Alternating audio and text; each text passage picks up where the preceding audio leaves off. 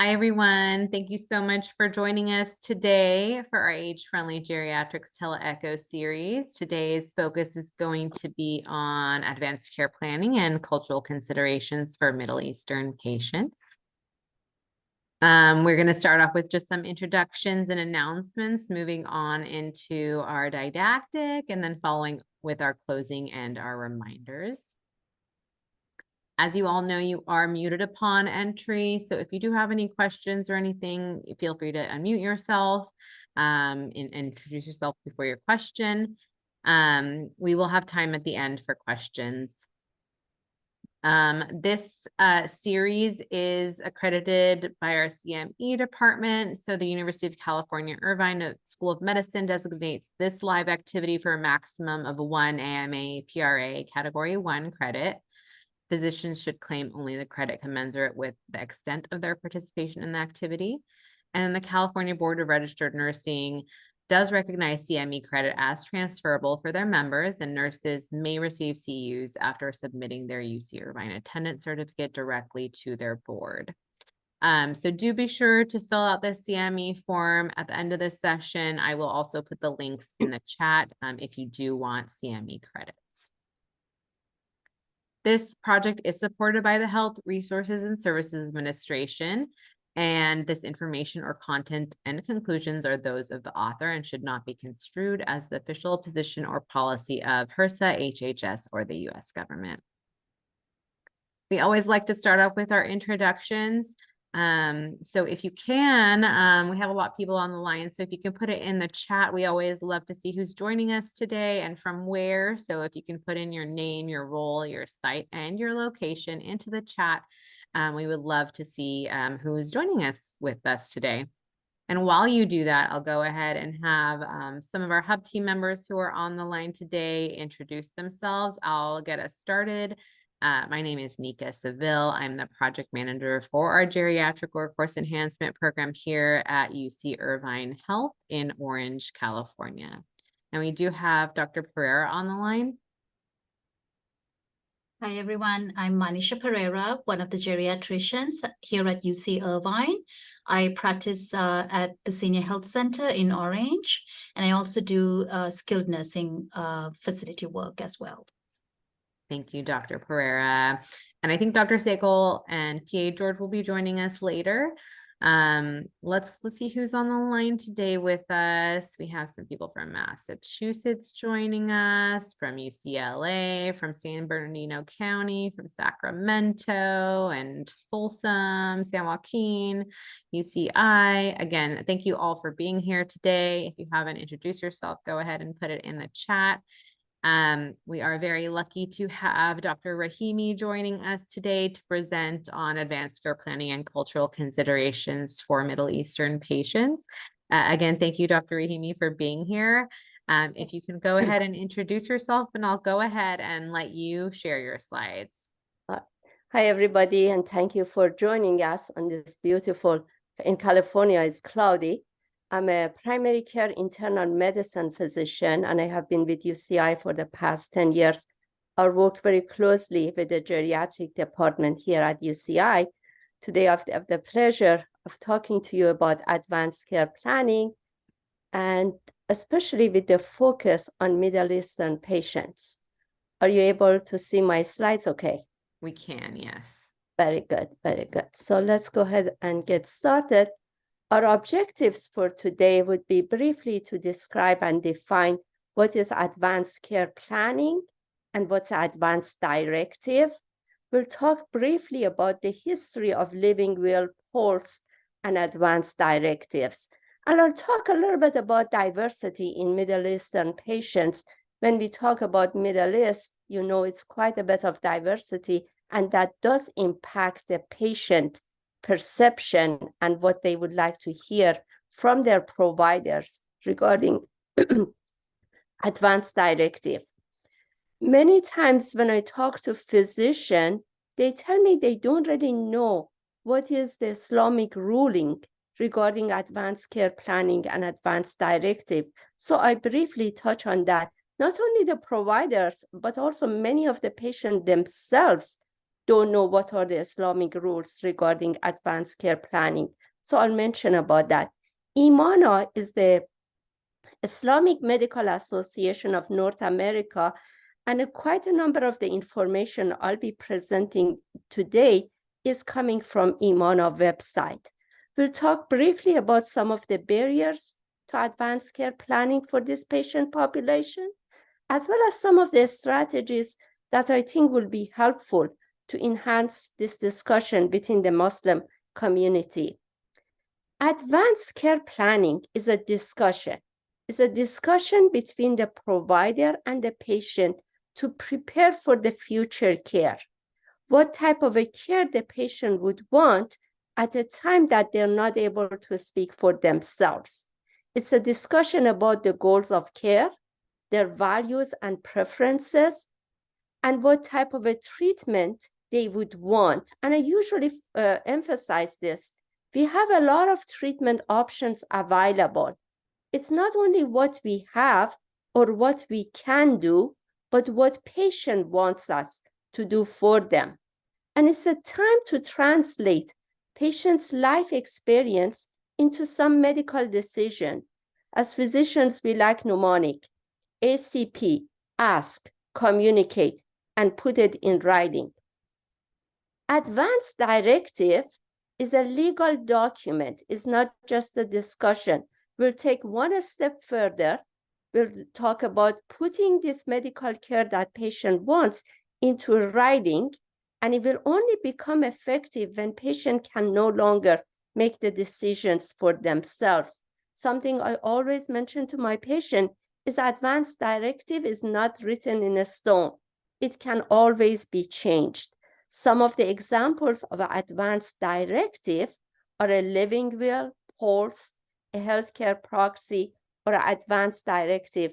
The one we use here in California is California Advanced Healthcare Directive. I have a picture of that on this slide. Many of us are familiar with living will. It was actually in 1967, Louis Kuttner, he was a human rights lawyer in Chicago who came up with the original living will. At the time, with the advances in medical care, with what we can provide for our patient, so many things we can do, and many patients didn't want that to be done. So he came up with the idea of a living will, a document that will allow patients put in the choices of medical treatment they want or they don't want to have. And that was a way for the patient to communicate that choice to the provider. It took another 10 years when the first living will actually became legal, and California was the first state that had the living will.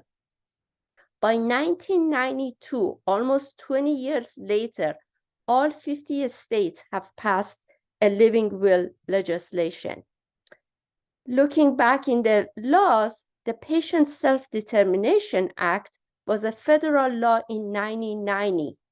It was to inform their patient that they have a right to make decision about their health care. And it was an instruction to the provider, to the hospital, that they need to provide this document to the patient. And once patient completes this document, it should be respected. Now, in spite of living will, there were still times that the living will was not available. So it needed to go one step further. And that's when came POLST, Physician Order for Life-Sustaining Treatment. In California, we have this brightly colored pink piece of paper that's completed by the patient, reviewed and signed by the physician. And I have a good number of my patients who have chosen to forego resuscitation. They have it on the refrigerator at home. So if the paramedics are called, they can see the pulse, or they take it to their doctors or their ER visit, so the providers are aware of it. In 1993, Uniform Healthcare Decision Act came about because with the living will, patient would document what they want or didn't want it.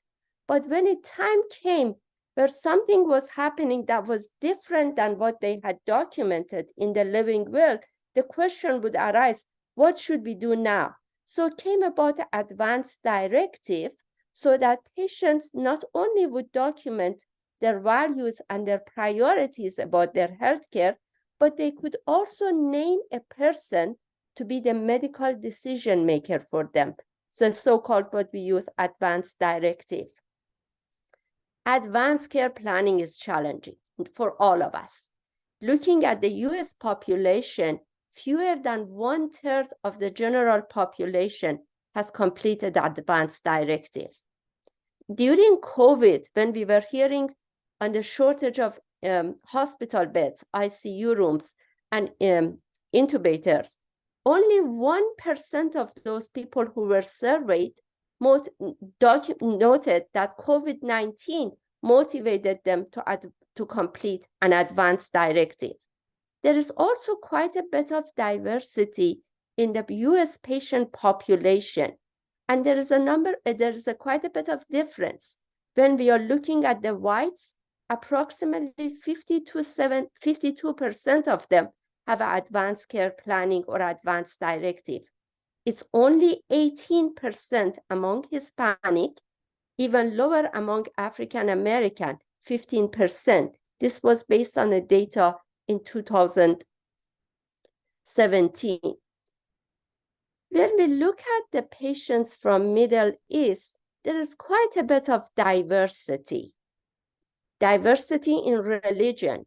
Islam is the major religion in Middle East, but we also have a large number of Christian and Judaism, as well as other religious groups. So when I have a patient who is from Middle Eastern background, walks into my office, I cannot make the assumptions that they're Muslim.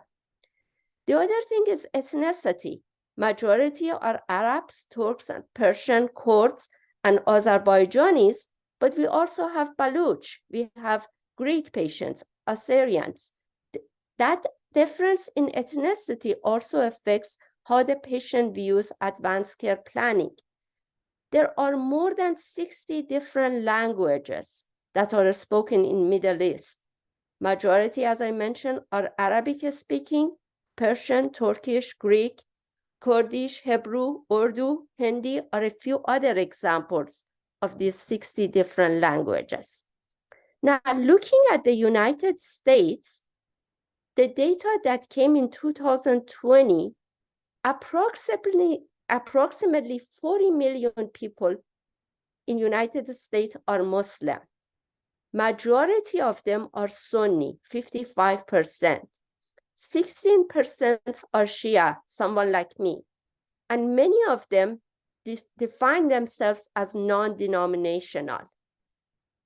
The Muslims whom we have here in this country come from quite a bit of cultural ethnicity background, different languages. They come from different country of origins.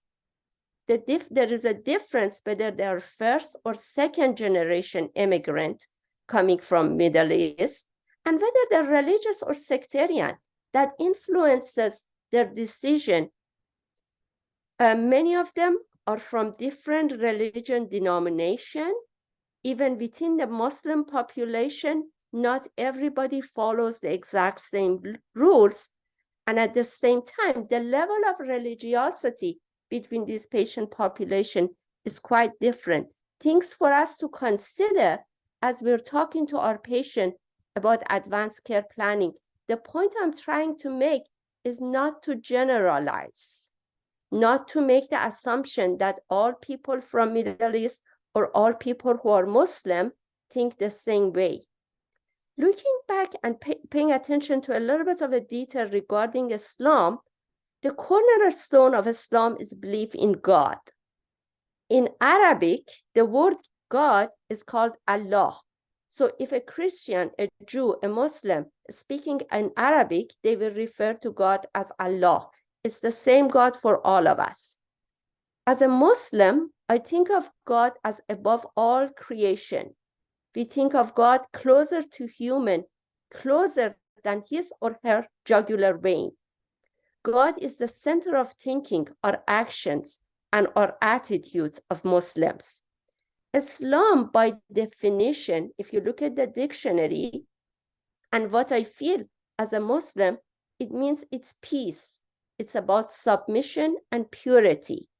And a Muslim is in one who is in peace with Allah, with God, with humanity, and the nature.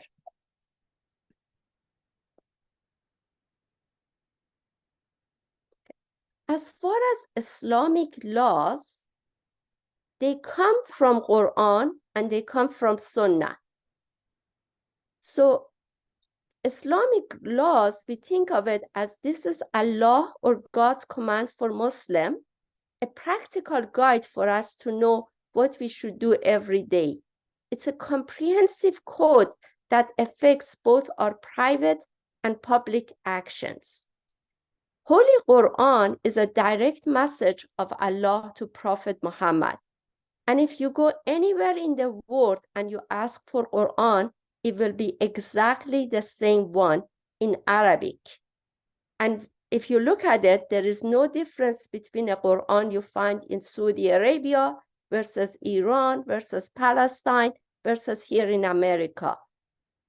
The fact that it's kept in Arabic is to keep it the same. There are translations, but many Muslims, when they talk about Quran, they talk about the book in Arabic. So the rulings come from what is documented in Quran. In addition, some of the traditions that was done by Prophet Muhammad, that's also a model for us of what to follow.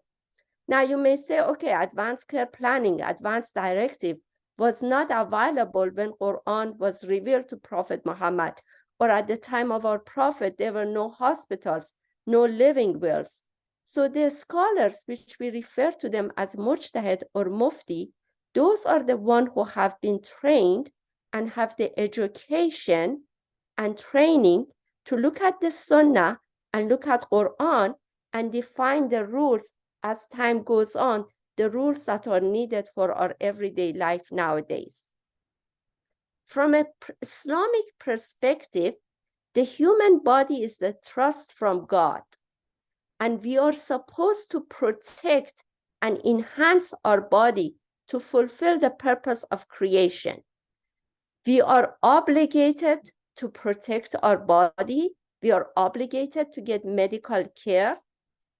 However, if there is not 100% certainty that the treatment is not going to be effective, in Islam, the person has the right to say, I don't want that.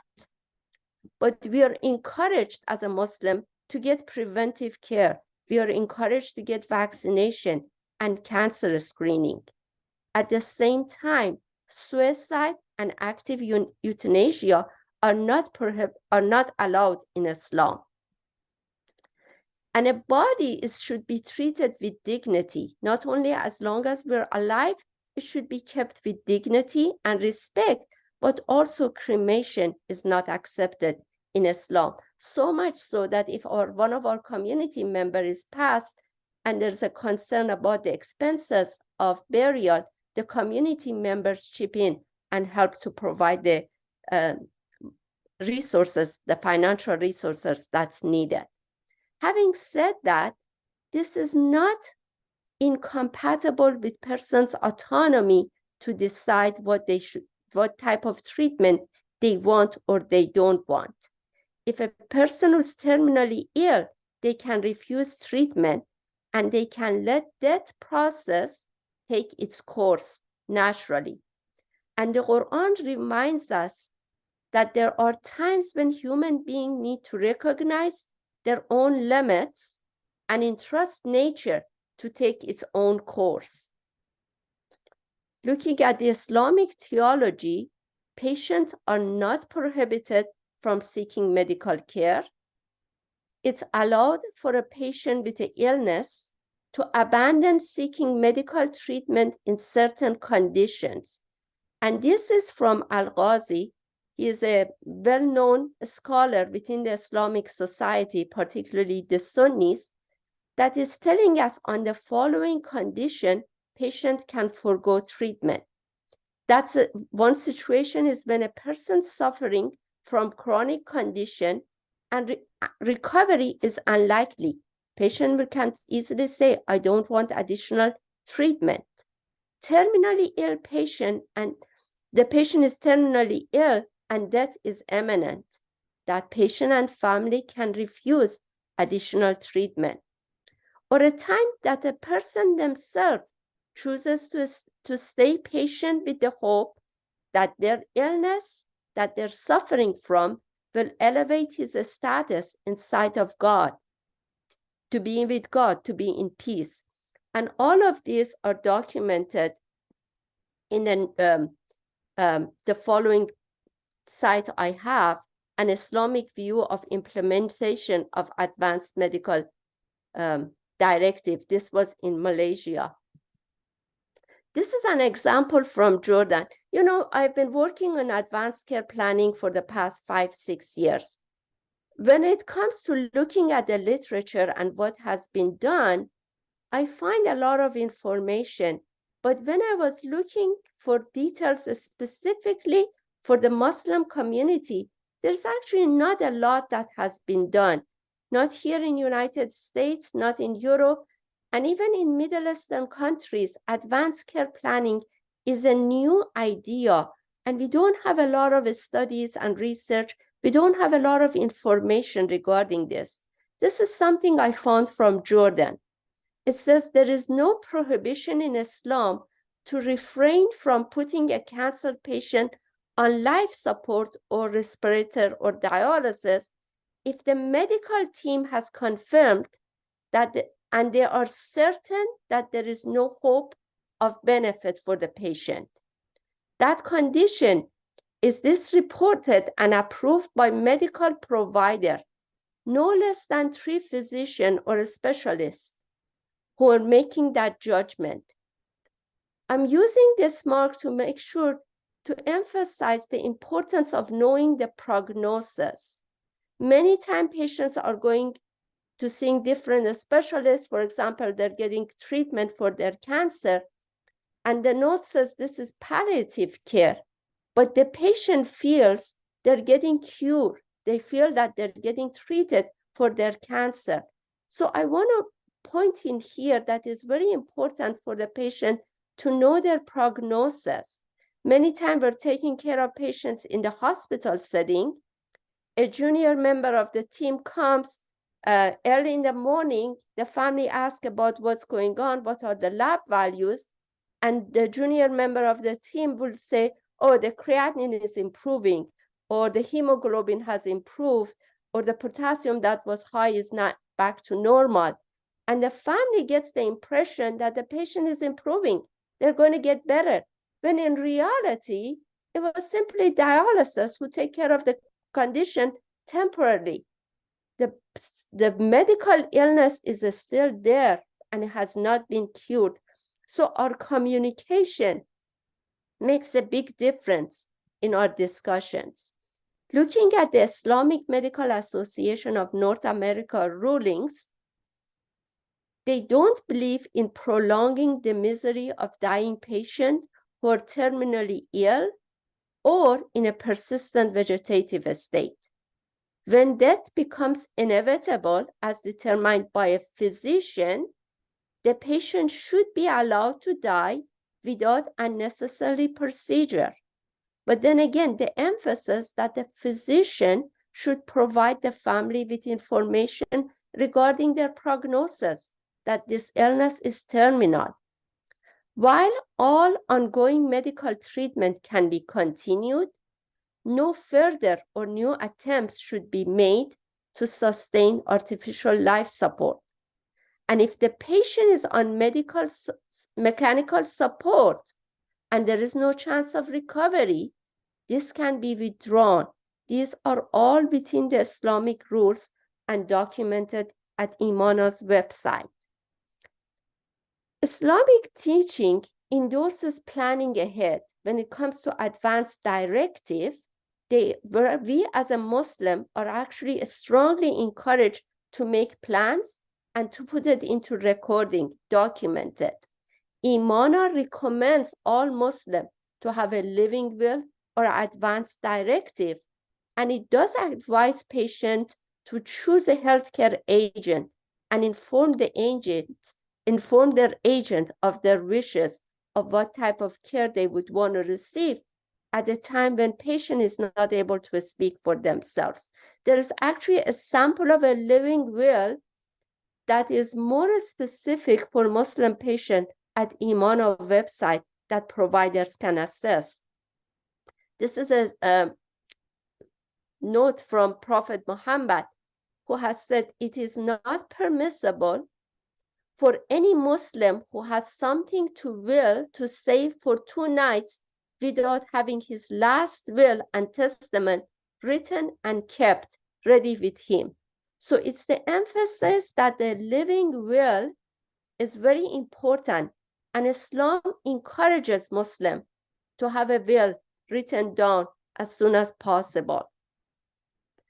I was telling you, not a lot of studies have been done regarding Muslim living will and advanced care planning. These are a few comments from participants in a study that was done, I believe, in Britain. One of the comments was that I don't think there has been much awareness or engagement with advanced care planning in the Muslim community. And this is an area that many of the Muslims are not even aware of it.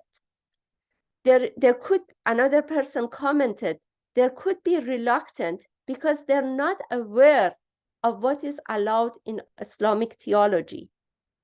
Another person mentioned, I think the strong belief that you hold that you must do absolutely everything you possibly can do has built a barrier that needs additional conversation, additional education. Once we clarify that advanced care planning is a good thing and we inform the Muslim community, then this is something that many of them would be interested. Another person comments, a will is a very much encouraged according to the saying of Prophet Muhammad, based on what I showed you previously on the last slide. And anything that can be taken care of, if Muslim families are aware of it, they should be able to do it, and they would be motivated, but education is needed. When we look at the theology, it allows us to write down whether there should be an intervention at a certain stage or not. The Islamic ruling is that unless there is 100% definite outcome, the person can say, I don't want that treatment. So now talking about some of the concerns, some of the things that I brought up, I mentioned within the Muslim community, there is a limited knowledge regarding advanced care planning. And there is limited knowledge, not only that this thing exists. Many times I talk to my patient, even average American patient, I ask them during their annual wellness visit, do you have an advanced directive?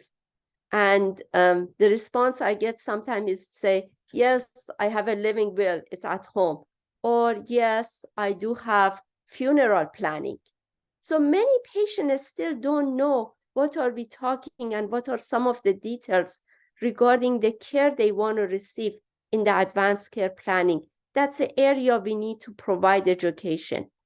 The other area of education is to tell the patient, inform the Muslim community regarding what are the Islamic teaching with emphasis on advanced directive and DNR. They feel they get the impression that they must do everything, or they don't know how sick they themselves are or their family members. That needs to be emphasized and provided also. Many of the patients that I may have from Middle East, they come in here, they're younger, they're not necessarily with their family members, and they have not experienced situation where they have had to deal with making decisions at the end of life or acute hospitalization for something that there is no chance of recovery. They haven't been into that situation, so they haven't talked about it. They haven't decided. This is some area we need to work on and provide them that information. As an immigrant, they come in here, They're trying to find their place. They're trying to take care of the basics of life, finding a place to live, learning the language, getting a bank account. So many other things are going on that advanced directive or advanced care planning may not be up high on their list. I have patients who are elderly, their family members, their kids are here.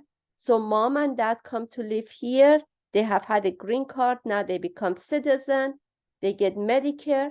They come in for their Medicare annual wellness exam. And I'm bringing to them the idea of advanced care planning or advanced directive. They're not familiar with it. It was not something they were familiar with in their original country. Their kids who are here are young. They haven't had to deal with that. So that is another barrier. Advanced care planning, talking about when I'm going to die, is not an easy conversation. It's not easy for anybody. When it comes to the providers, when I'm going to present that information to my patient, I wonder, what is the patient going to think? Are they going to wonder that I don't want to take care of them? Or are they wondering that their illness is getting worse? Is that a reason why the provider may not bring that conversation up? It is uncomfortable, but it's something that is necessary. I think of this as almost like a yoga. When I see somebody else performing a yoga maneuver, it looks very easy. Anybody can do it.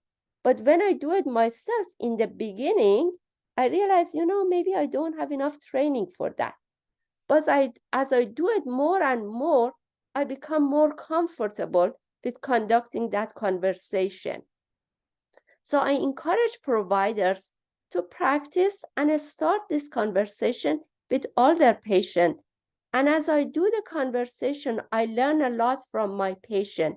And that experience, the feedback I get from my patient helps me to make my next conversation more easier and more productive. Many patients tell me, oh, my family members know what to do. And when I ask the family member if they're present in the room, do you know what your mom and dad would have wanted in that situation? And they don't. So many times patients think, oh, my daughter knows exactly what I want, or I have told them what I want, versus that conversation may or may not have happened. I mentioned this before, not knowing the severity of their illness or prognosis. I'm going to the doctor is changing my medication, they're giving me this new chemotherapy, it's all good. That is something that we need to work on. The media, they see on the news, I think it was approximately 1 year ago, a football player had an arrest in the field during the game, and it was on the TV. Everybody saw that. The ambulance came, they did CPR, they took this young football player to the hospital, and he had a full recovery. So many think that cardioversion, CPR, intubation, hospitalization, then they're going to get better and walk home, like what they saw on TV. So media is not helping us in this situation as much. And I always say, maybe we need a Hollywood movie to talk about advanced care planning and advanced directive. The other thing that I have noticed from patients is the trust of the medical provider in two ways. In one way, they say, oh, my provider knows, my doctor knows what to do for me if I cannot speak for myself. On the other hand, some of them think that if they have an advanced directive, or if they mention they don't want intubation or CPR, they may not get medical care. So that's another area that patient needs clarification. I tell my patient, this is what we're going to document. This will only become effective at a time when you're not able to speak for yourself. It can always be changed as the medical condition changes. And I also reemphasize that you're going to get the medical care that you need as long as this is what you want. Having an advanced directive does not mean we're abandoning patient.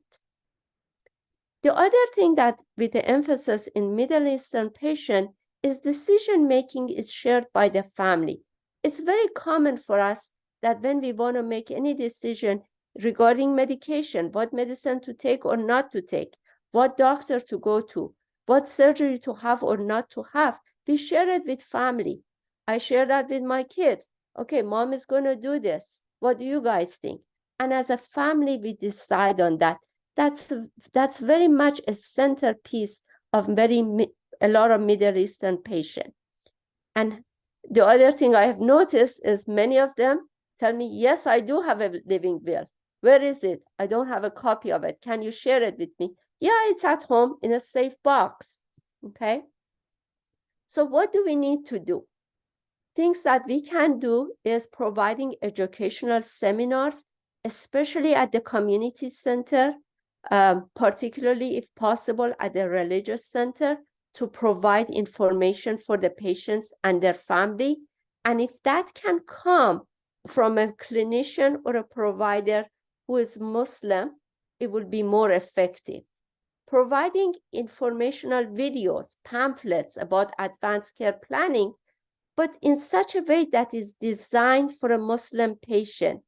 That would be a lot more effective than something I have that is for the general population. The next one I mentioned is involving religious scholar in advanced care planning education for the community. If I have a patient in the hospital or in the emergency room and the family is having a hard time making decision, asking them if they have a religious scholar, inviting them to come and help the family to make that decision together. And of course, like anything else, not making generalization. We talked about the diversity of this patient population. Being sensitive and respectful. Advanced care planning to me is not a one-step process. It's not a box that I can put a check mark on it and be done. What I have noticed in the past 5 years is I need to introduce the idea to the patient and family, give them information, give them a form, answer their question, give them time, have them come back with more questions. Many times they come back with the form, with question. Sometimes a good number of times they forget. So I bring it up, I ask them again. It is something I have found that takes several visits, and not all these visits are entirely on advanced care planning, but mentioning and providing a little bit of information, I found that to be useful. And many of the times I have given the form to the patient, I put the sticker at the time that I gave the form to the patient. When it's a scan into the chart, I look back, several months or even a year has passed since the time that I have given the form to the patient. So it takes time. It's not a one-step process. The other thing I've noticed is sometimes as I'm talking to the patient and family members are translating, family member makes a decision. And this is a time that would be good to use an interpreter and provide the information to the patient directly and have the patient, through the interpreter, tell me what they think and what is their perspective, what is their question. Many times family members think it's easier for them or they should be making the decision. They should not involve mom and dad with making hard decisions. But as I talk to the patient themselves, especially if it's a patient that I have known and I have a trustworthy relationship, it makes it easier for the patient to answer my question and to participate. Going back to Quran, this is something that is from Quran. I will recite it in Arabic. أينما تكونوا يدرككم الموت ولو كنتم في بروج مشيدة. Hopefully I did it correctly. Wherever you are, death will overtake you out, even if you are in the towers built up on a strong and high. When Quran came, we didn't have intubation or ICU. But I guess the referral was to the fact that even if you're in a building that is well designed to take care of a very sick patient, if the time is come to go, nothing will stop that. When one is distant, time of death comes, it comes, neither earlier nor later. This is something as Muslim we believe. Muslim belief about death and afterlife influences the decision they make at the end of life. While death itself is scary, we think of it as this is returning to God, and the experience of death becomes easier as I'm thinking I'm transferring from one state, from this world to hereafter. Then it's not as scary. Looking forward to being in the presence of God make the death process easier. The statement we have again from Quran, Inna lillah wa inna ilayhi raji'un. To God we belong and to Him is our return. Many times when someone passes away in our community, this is what we tell to the family members. That's a way to make them feel more comfortable. Inna lillah wa inna ilayhi raji'un.